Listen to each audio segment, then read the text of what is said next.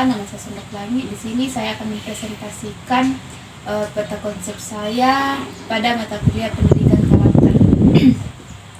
Mulai dari pertemuan 8 sampai 15. Yang pertama itu nilai karakter yang dikembangkan dibagi dalam dua bagian.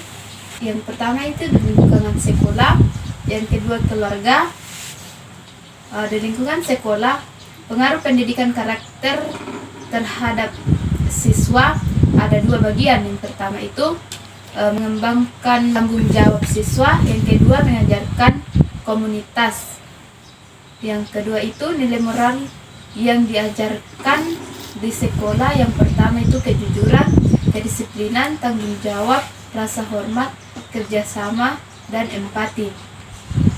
Dalam keluarga, peran orang tua dalam karakter anak dapat dibagi menjadi tiga bagian. Yang pertama, menjadi teladan, kedua menanamkan nilai agama, yang ketiga komunikasi aktif dan contoh praktis nilai moral dalam keluarga itu. Yang pertama, berbagi tanggung jawab, diskusi, kolaborasi. Pada pertemuan ke-11 itu ada sistem membangun peran karakter. Dalam strategi membangun peran karakter dapat dibagi menjadi dua, yaitu peran dalam keluarga, yang kedua dampak anak dengan orang tuanya. Peran keluarga dapat dibagi menjadi dua. Yang pertama, kondisi belajar moral dan etika. Yang pertama itu menanamkan nilai kejujuran, kedua disiplin, ketiga tanggung jawab. Dan dalam lingkungan yang mendukung, yang pertama itu kita harus menyayangi, berkomunikasi yang terbuka. Dampak anak dengan orang tua dapat dibagi menjadi dua. Yang pertama, masalah emosional. Yang pertama itu rasa tidak aman, depresi.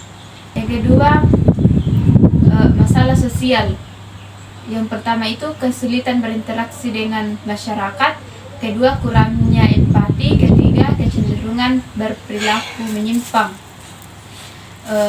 Adapun di pertemuan 12 sampai 13 tentang pengembangan karakter anak dapat dibagi menjadi dua. Yang pertama, karakter dan lingkungan moral, yang kedua terlibatan sekolah, keluarga, dan masyarakat. Pada karakter dan lingkungan moral dapat dibagi menjadi dua. Yang pertama, nilai moral itu ada kejujuran dan tanggung jawab.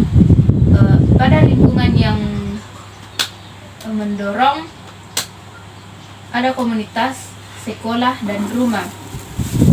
Pada komunitas, sekolah, keluarga, dan masyarakat dapat dibagi menjadi dua, yaitu sekolah, orang tua, dan lingkungan sebagai pendamping utama, di mana dalam sekolah orang tua dan lingkungannya sebagai pendamping utama. Yang dapat berperan itu adalah guru. Dalam keluarga, sekolah, dan masyarakat sebagai contoh yang baik. Yang berperan itu adalah orang tua dan masyarakat, keluarga, tangga, dan teman-teman. Adapun pertemuan 14 sampai 15 di mana pengertian otentik dapat dibagi menjadi dua. Yang pertama, konsep dasar otentik, manfaat dasar dan tujuan otentik, karakteristik penilaian otentik. Di mana konsep dasar otentik itu adalah penilaian yang mencerminkan nilai nyata di dunia nyata. Manfaat dan tujuan otentik itu yang pertama, mendukung pembelajaran, meningkatkan keterampilan berpikir kritis, motivasi siswa. Dalam karakteristik penilaian otentik dapat dibagi menjadi tiga bagian. Yang pertama, berbasis proses dan hasil, mencakup beragam konteks, autentik, dan relevan. Terima kasih. Itulah tadi presentasi dari saya. Baik, saya akan menjelaskan peta konsep saya, pendidikan karakter. Nilai karakter yang dikembangkan di sekolah keluarga dan masyarakat. 2. Strategi pribadi berkembang di keluarga dan masyarakat. 3. Konsep dasar penilaian otentik dan strategik.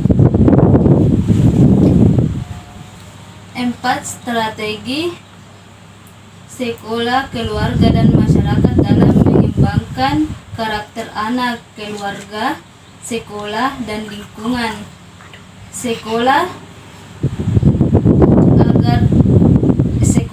orang tua, dan lingkungan sekitar adalah pandangan utama. Karakter dan lingkungan moral, sikap moral dan tanggung jawab, hubungan antara masyarakat dan orang tua. Baik, di sini saya akan memberikan pertanyaan dari saudari Ilmi tentang bagaimana sekolah, keluarga, dan masyarakat dapat memfasilitasi siswa untuk mengembangkan karakter positif dan menjadi warga negara yang baik. Baik, saya akan menjawab pertanyaan dari Sendok Langit. 1. Peran sekolah. Pendidikan karakter mengintegrasikan nilai-nilai seperti kejujuran, tanggung jawab, dan disiplin dan kurikulum dan kegiatan sekolah. 2. Peran keluarga. Orang tua anak belajar bagi dari perilaku orang tua dalam hal etika, tanggung jawab, dan interaksi sosial. Bagian 3. Masyarakat. Kegiatan sosial dan budaya memberi ruang bagi anak untuk terlibat dalam kegiatan kemasyarakatan seperti kerja batik, kegiatan seni budaya, dan keluarga. Baik, apa jawaban saya sudah Jelas. Baik, saya akan memberi pertanyaan saudara Sendok Langit. Apa nilai karakter yang paling penting untuk dikembangkan dalam keluarga?